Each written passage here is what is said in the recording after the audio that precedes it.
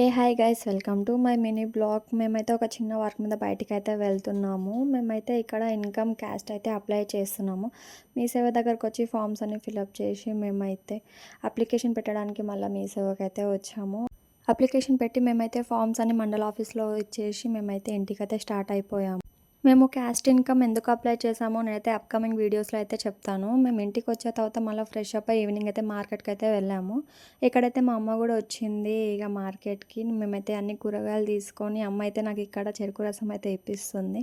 నేను చెరుకు రసం తాగేసి మళ్ళీ అయితే ఇంటికైతే మేము స్టార్ట్ అయిపోయాము. ఇంటికి వచ్చి వంట చేసుకొని నా వర్క్ అంతా ఫినిష్ చేసుకొని అలా ఫ్రిడ్జ్ ఓపెన్ చేస్తే ఫ్రిడ్జ్లో అయితే ఈ చాక్లెట్ కనిపించింది. నాకు ఎందుకో అలా దాన్ని చూడబుద్ధి కాలే, అందుకే దాన్ని తీసి నేనైతే గబగబా నా కడుపులో అయితే దాచేశాను.